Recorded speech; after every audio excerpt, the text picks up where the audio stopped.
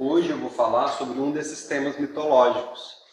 Eu vou falar sobre o arquétipo da criança divina, que tem várias facetas. A gente pode observar que um arquétipo ele nunca vai se manifestar de uma só forma, né? Eu vou começar, para quem não conhece, para quem alguns aqui eu já conheço há muito tempo, e sei que já estão cansados até de saber o conceito de arquétipo. Mas quem está vendo pela primeira vez, ou quem faz tempo que viu e não se recorda, eu vou fazer um pequeno resuminho do que é o conceito de arquétipo, para vocês entenderem, né? Trazendo até algumas citações das palavras do próprio Jung. A primeira coisa que eu gostaria de destacar sobre o arquétipo é que nós não conseguimos perceber ou apreender o arquétipo em si. O que nós observamos e percebemos o arquétipo ao longo da história da humanidade pelas imagens arquetípicas que se manifestam, né? Então, a criança divina, eu vou trazer diversas imagens ao longo da história, como ela se mostrou. E a gente vai perceber que esse arquétipo, embora a imagem seja diferente, existem características similares que nós podemos traçar paralelos, né? Então, isso é o que permite que a gente vá aprofundando o conhecimento de um arquétipo específico. Nas mitologias antigas, onde eles eram politeístas, normalmente havia um panteão de Deus, né, de deuses. E esses deuses, eles tinham características e imagens diferentes entre uma cultura e outra, mas ao mesmo tempo a gente conseguia perceber uma essência similar, né? Se você pegar um deus Hermes, que eu vou trazer até um mito dele hoje, comparado com o deus, o orixá Exu dos Yorubás, o Hermes é grego, né? O Exu é Yorubá. Aí uma diferença de milênios que separa um e o outro. Mas tem algumas características que são muito parecidas nos contos de Exu, né, e nos contos de Hermes. E a gente pode pegar o Loki, da mitologia nórdica, por exemplo. De novo, bastante distante fisicamente, né, territorialmente falando. Uma cultura também muito diferente, mas com um Deus que apresenta características muito similares. Isso que chamou a atenção do Jung. Ele não é o pioneiro e nem foi o único a estudar isso, né? Mircea Eliade, que é contemporâneo dele, também foi um grande estudioso de religiões comparadas. Se a gente observar o Joseph Campbell, que aí já é um pouco mais novo que o Jung, veio um pouco depois, mas estudaram juntos, né? Perdão, o Jung já acompanhou os estudos e Joseph Campbell, né, conseguiu aí acompanhar muito do que o Jung fez, inclusive cita muito Jung. Uma das palestras que está gravada e que eu falo muito sobre Joseph Campbell é A Jornada do Herói, né? Então, a gente consegue perceber, através desses estudiosos que escreveram muitos livros, que fizeram uma pesquisa, muitas vezes até antropológica, né, uma pesquisa histórica, e trouxeram esses personagens, nós conseguimos observar essas similaridades, e daí a ideia de entender os arquétipos. Mas, se eu falo só dessa maneira, fica parecendo que é só um estudo histórico, né, que não tem nenhum impacto, nenhuma influência na nossa vida. Mas hoje vocês vão observar que os arquétipos estão intimamente ligados com a história de cada um de nós. E muitas vezes, na verdade sempre, todos os indivíduos, sem exceção, sempre em algum momento ou outro vão sofrer influência de algum arquétipo, vão manifestar a característica de algum arquétipo, né? O problema para Jung é quando você fica identificado inconscientemente, né, com algum arquétipo. E aí isso traz prejuízo, isso traz algum tipo de desequilíbrio para esse indivíduo e pode afetar a vida dele. Iniciando aqui, o nome arquétipos vem do grego, né, que é a junção de arqué, que é arca, útero, origem. O grego não tem uma tradução imediata, direta para cada palavra, né? O grego normalmente ele traz um sentido. Então, arqué vem dessa ideia aí de arca, útero, origem, né? e typos, em grego. Typos significa modelos, formas, né? Então, quando a gente junta os dois, temos formas primordiais, modelos originais. E isso não é uma palavra fixa. Eu quero trazer aqui para vocês entenderem o sentido da palavra arquétipos, né? O Jung, inclusive, em uma das descrições de arquétipo, ele pede para a pessoa visualizar como se fosse o leito de um rio, né, vazio. Então ali existe um lugar onde, um trilho onde passa, né, a água no caso, mas que a forma que essa água passa, de acordo com o que tiver no leito do rio, né, se forem feitas modificações, uma barragem, né, um desvio, isso pode acontecer. Mas existe uma essência que é preservada, né? Aquele rio é aquele rio, mas ele pode se manifestar de diversas formas diferentes, né? Então, esses modelos primordiais seriam como trilhos. E por isso que eles se manifestam espontaneamente e por isso que eles nunca podem mudar. Vou trazer uma citação aqui que é bastante importante, porque principalmente a área da psicologia social ou a sociologia, ela trabalha com um conceito e uma visão de mundo bastante diferente. E eu não estou aqui para julgar, né, não vou trazer o juízo de valor, quem está certo e quem está errado. Obviamente, a minha visão é dentro da minha área de estudo, então eu trago essa visão, mas é importante saber que existem outras visões, né? A psicologia social ou a sociologia, ela trabalha com a ideia de que a cultura está sempre mudando, então o ser humano, né, até mesmo o conceito do que é ser homem na sociedade, mulher na sociedade, para eles podem estar sempre mudando, né? Podem sempre mudar e se adaptar. E obviamente a cultura vai sempre trazer algum tipo de adaptação ao momento presente, né? Ao que o Jung chamava de Zeitgeist, um termo alemão, né? O espírito da época. Mas por trás existe um trilho, que seria o arquétipo. E o arquétipo sempre se impõe. Então o Jung fala de uma batalha constante entre a cultura e o arquétipo. Porque a cultura quer sempre negar o arquétipo. Só que por mais que se tente, pode até, durante um tempo, parecer, se criar a ilusão de que o arquétipo não existe, isso daí é tudo cultural, vocês estão viajando, né? Daqui a pouco começa a surgir algumas sementes, né? Isso se expande e aí você vê a coisa se manifestar de novo.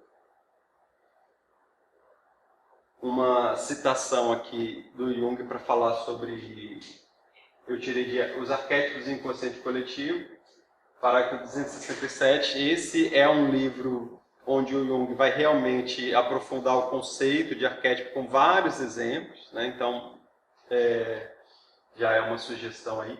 Um conteúdo arquetípico sempre se expressa, em primeiro lugar, metaforicamente. Se falar do sol e com ele identificar o leão, o rei, o tesouro de ouro guardado pelo dragão, ou a força vital de saúde do homem, não se trata nem de um nem de outro, mas de um terceiro desconhecido, que se expressa mais ou menos adequadamente através dessas metáforas, mas que, para o intelecto, é um perpétuo vexame. Aqui ele já traz essa tensão entre o racional, né, e a metáfora.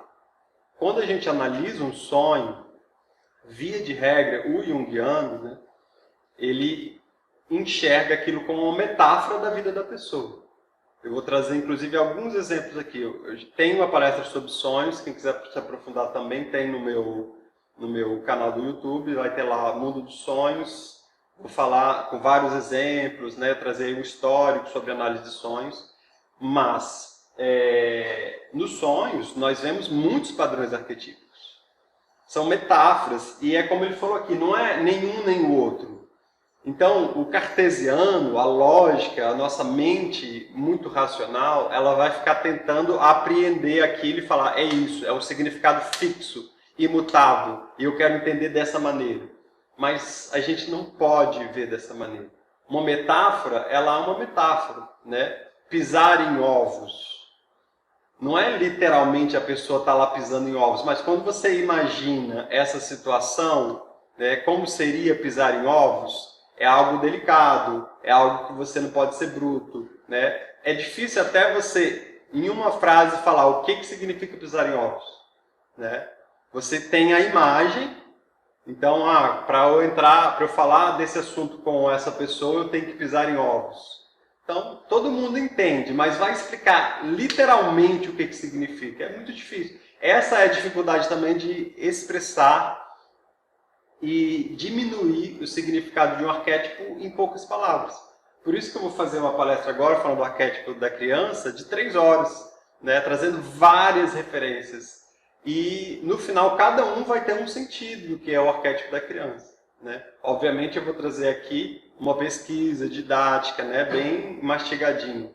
Mas ainda assim cada um vai entender, compreender, apreender o que é o arquétipo da criança de uma maneira muito particular e subjetiva. Então, permanecendo desconhecido e não passível de uma formulação.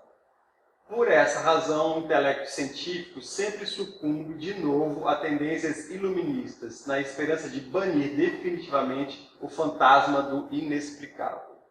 Não importa se esses esforços são chamados de evenerismo, apologética cristã, iluminismo, no sentido escrito da palavra, ou de positivismo, sempre haverá oculto por trás de um mito em roupagem nova e desconcertante que, segundo um modelo arcaico e venerável, lhe dava um cunho de conhecimento definitivo. Na realidade, nunca nos libertaremos legitimamente do fundamento arquetípico, a não ser que estejamos dispostos a pagar o preço de uma neurose, da mesma forma que não nos livraremos de nosso corpo e de seus órgãos sem cometer suicídio. Aqui o Jung está fazendo, de novo, uma metáfora, uma analogia de como seria para o psiquismo tentar viver sem o arquétipo, ou negando o arquétipo. Você vai estar em constante conflito e constante guerra. Que é o que a gente observa que essas teorias sociais fazem. Eles estão em constante guerra para provar e para dizer, ó, isso não existe, né? É assim. E eles têm que ficar se provando o tempo todo e não se sustentam. Agora, o arquétipo ele é soberano, ele vai sempre se manifestar. Ele vai sempre se mostrar, não, ó, é assim, né? Se você não luta, você vive em harmonia. Agora a gente tem um grande problema, porque a cultura, por si só, estou falando aqui de uma área e de uma teoria, mas vamos ampliar, a cultura está sempre lutando contra o arquétipo. Porque os arquétipos têm base instintiva. E o instinto, ele é podado, cerceado dentro de uma cultura. Toda cultura, né? Não existe nenhuma cultura que dá vazão livre aos arquétipos. E nem dá para se viver em sociedade tendo vazão livre. É o que o Freud chamava da instância id, né? Tem id, ego e superego. O superego seria o papel da cultura, das leis, das regras, das normas, do que você tem que seguir, dos nãos do pai, né? Metaforicamente falando. O id seria o impulso instintivo do desejo, de Eros para Freud, né? Eros, o Freud usa o conceito de Eros de uma forma bem diferente do que Jung, né? Para Freud ele usa o termo grego mesmo no sentido de desejo, platônico, né? Desejo platônico. Então é um desejo intimamente relacionado ao instinto e ele é constantemente reprimido. O desejo é constantemente reprimido. Isso gera neuroses. Freud foi um dos pioneiros a trazer isso para a área da psicologia e o Jung, na minha visão, ele ampliou bastante essa ideia, né? Do como estamos em constante luta contra o nosso desejo, né? E existe um outro termo que é um sinônimo de arquétipo, mas que a gente usa para se referir a pequenos trechos, né, de um arquétipo, a pequenos, quando a gente quer delimitar uma parte e mostrar, né, a gente chama de mitologemas, que são gemas mitológicas. Se a gente pegar 10 mitos de culturas diferentes, mas se a gente faz uma pesquisa de uma temática específica, eu posso, através da leitura desses 10 mitos, ver muitas similaridades. As similaridades são esses mitologemas. O Jung traz aqui, esses produtos nunca ou raramente são mitos formados, mas sim componentes de mitos. Podemos chamar de motivos, imagens primordiais, tipos ou arquétipos. Os arquétipos aparecem nos mitos e contos de fadas, bem como no sonho e nos produtos da fantasia psicótica. Aqui que é a interseção entre a história e a psicologia.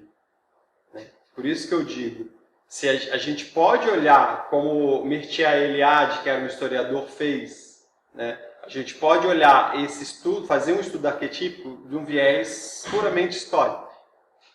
Mas a ideia do Jung era entender a história e trazer também o estudo psíquico. Como que, psicologicamente falando, esses arquétipos atravessam a minha vida. Será que eu estou negando um? Será que eu estou me identificando com um? A negação ou a identificação cega, que a gente traduz como radicalismo, traz prejuízo, traz sintomas neuróticos. E aí, nos sonhos, fica muito claro isso. O meio que os contém é, no primeiro caso, um contexto de sentido ordenado e quase sempre de compreensão imediata. No primeiro caso, aqui, são nos mitos e contos de fadas. No segundo caso, nas fantasias psicóticas, uma sequência de imagens geralmente incompreensível, irracional, delirante, que, no entanto, não carece de uma certa coerência oculta de sentido. Aqui, o que ele está falando nesse item, a gente pode ver claramente, no que virou até um filme, a história da Anísia da Silveira, que chegou numa instituição de saúde mental no Rio de Janeiro, com um viés desumano, tratava ali aquelas pessoas como um depósito de pessoas, e ela percebeu que através da arte se podia trazer um pouco de equilíbrio e paz para aqueles indivíduos, e começou a estimular eles a fazer arte. Daí, inclusive, a psicologia analítica hoje tem uma área que a gente chama de arte-terapia.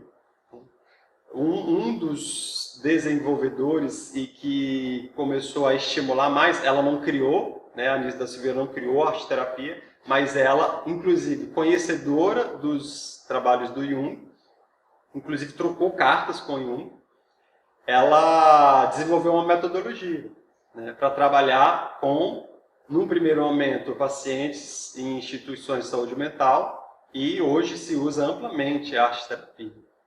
Você pode pegar o seu sonho, perceber um padrão ali e desenhar. Isso cria um diálogo entre consciente e inconsciente. Ajuda a trazer ordem ao caos do inconsciente. E paz e equilíbrio psíquico para o indivíduo. Traduzindo numa saúde emocional. Que é isso que a gente busca dentro de um viés terapêutico. No indivíduo, os arquétipos aparecem como manifestações involuntárias de processos inconscientes, cuja existência e sentido só pode ser inferido, porque é uma metáfora. Lembrando que a gente não pode delimitar e falar, é isso. Quem analisa sonhos, falando, o seu sonho significa isso, e fecha, ele está sendo limitante, ele está limitando a ideia, porque o Jung dizia, um sonho pode ter 1000 significados, várias camadas. Você vai, às vezes, enxergar uma camada, e essa camada pode estar muito clara para você, mas não finaliza, não encerra aquele conteúdo. E no mito, pelo contrário, trata-se de informações tradicionais de idades incalculáveis, remontam ao mundo anterior originário. Bom, essa era a introdução, sobre o conceito de arquétipo. Espero que tenha ficado claro. De novo, isso vai ficar gravado, depois quem quiser pode assistir de novo e paralelamente ir pesquisando essas fontes que eu estou citando. Mas é assim que o arquétipo chega até nós. É assim que o arquétipo atravessa a nossa vida. E é por isso que na ideia do Jung e quem trabalha com isso percebe de forma muito clara, é importante a gente ter esse conhecimento, né? Para perceber se eu estou cometendo algum desses desequilíbrios, me identificando demais com o arquétipo, que a gente vai falar hoje sobre a síndrome do puer aeterno, né? Aquele que inconscientemente, involuntariamente, não é como se a pessoa soubesse disso, né? A pessoa vai, claro que tem todo o contexto de vida, tem todo um background aí, né? Um fundo, mas ela vai manifestando esse arquétipo e diz, e pensa para si mesma, eu sou isso, eu sou assim, né? De uma forma até bastante romântica. O romantismo está diretamente ligado ao arquétipo da criança, porque o romantismo ele é uma visão infantilizada do mundo, né? É uma visão que vê só a parte e não o todo, não tenta contemplar o todo. Vou trazer aqui algumas faces, né, do arquétipo da criança.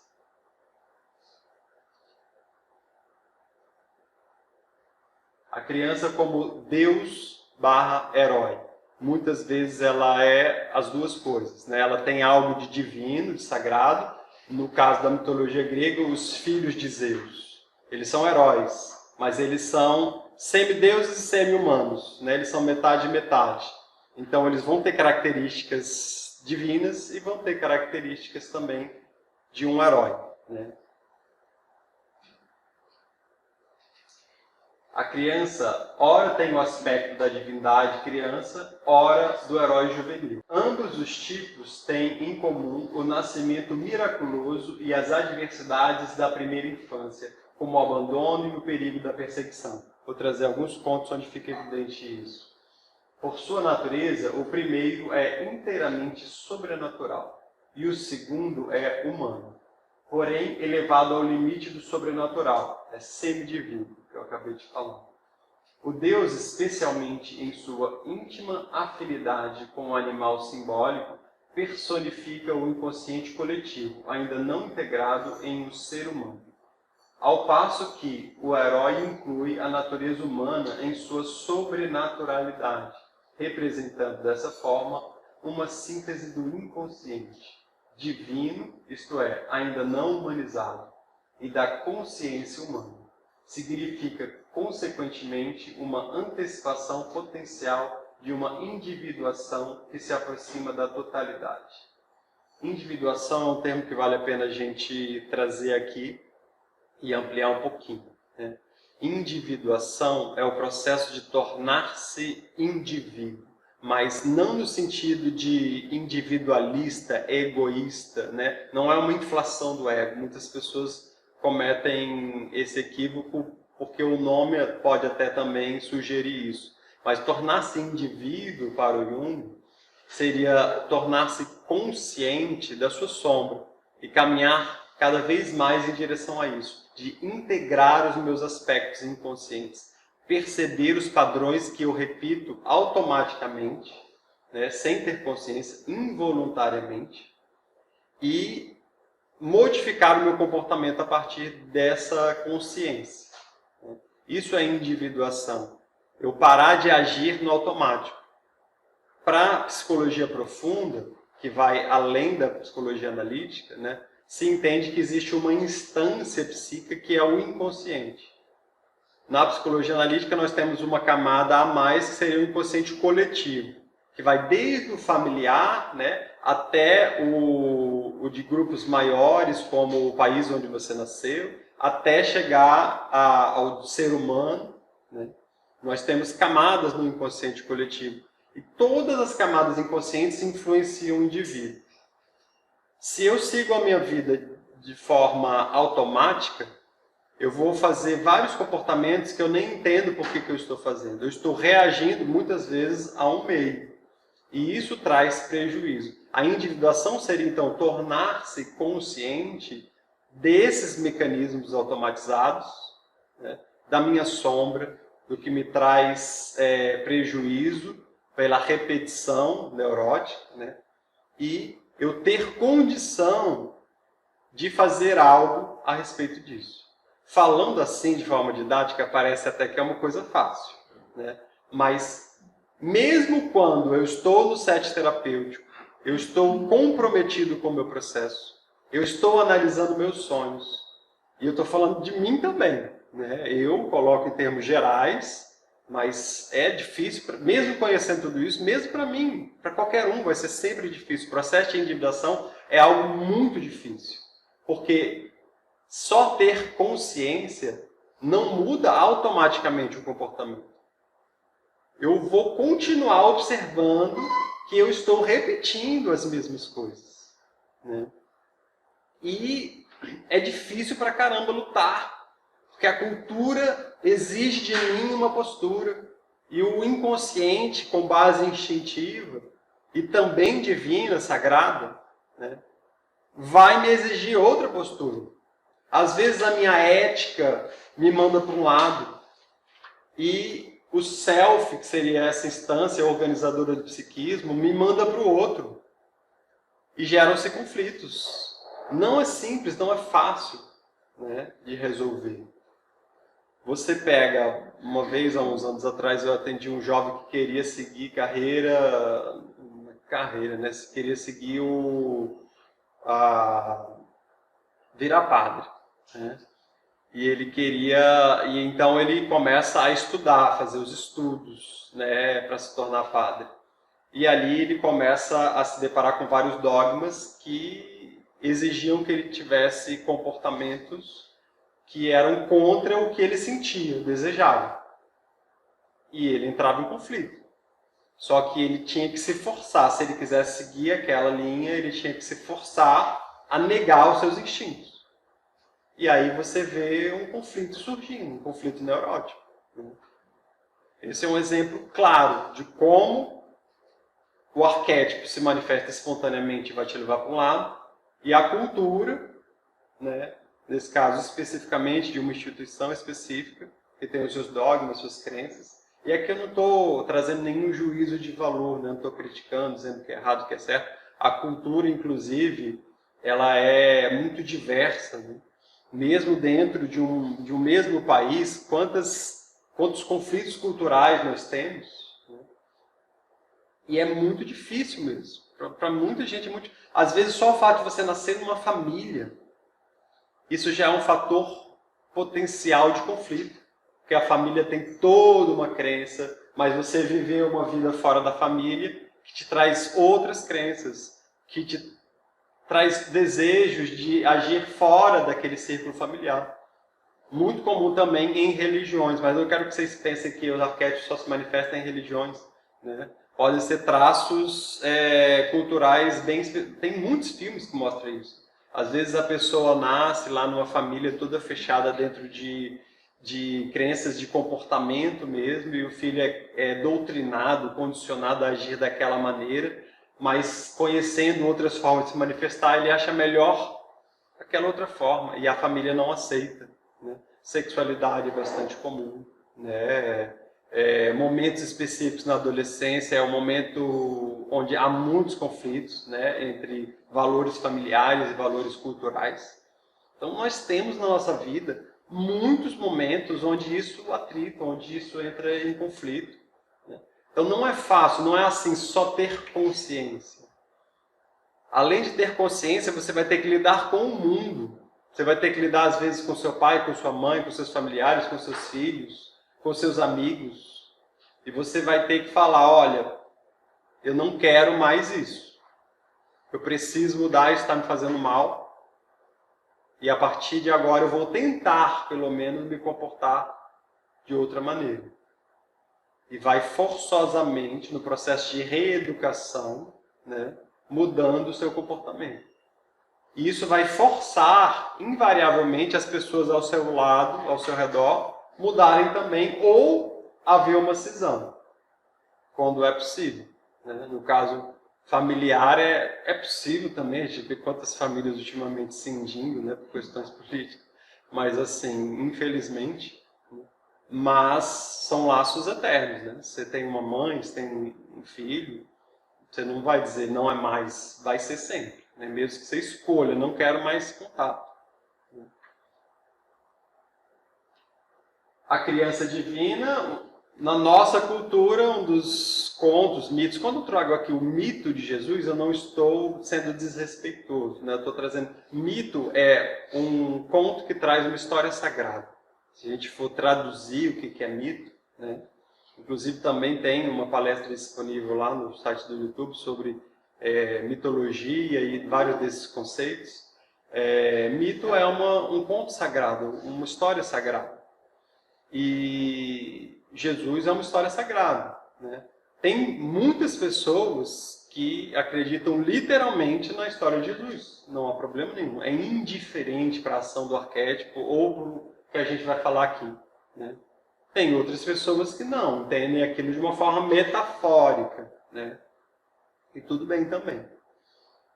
Jesus, então, seria uma dessas crianças divinas que nasce num tempo onde houve aí uma profecia de que ele iria causar todo um movimento, né? Então, se manda matar todas as crianças, a família de Jesus foge, né? José e Maria. A própria origem de Jesus é sagrada, né? Porque vem o anjo Gabriel e fala que José vai ter um filho, mas que seria um filho de Deus, né? Então, é muito parecido com alguns pontos mitológicos da cultura grega, onde eu vou trazer Héracles daqui a pouco, né? Héracles também, ele é filho de Zeus com Alcmena, que é uma humana.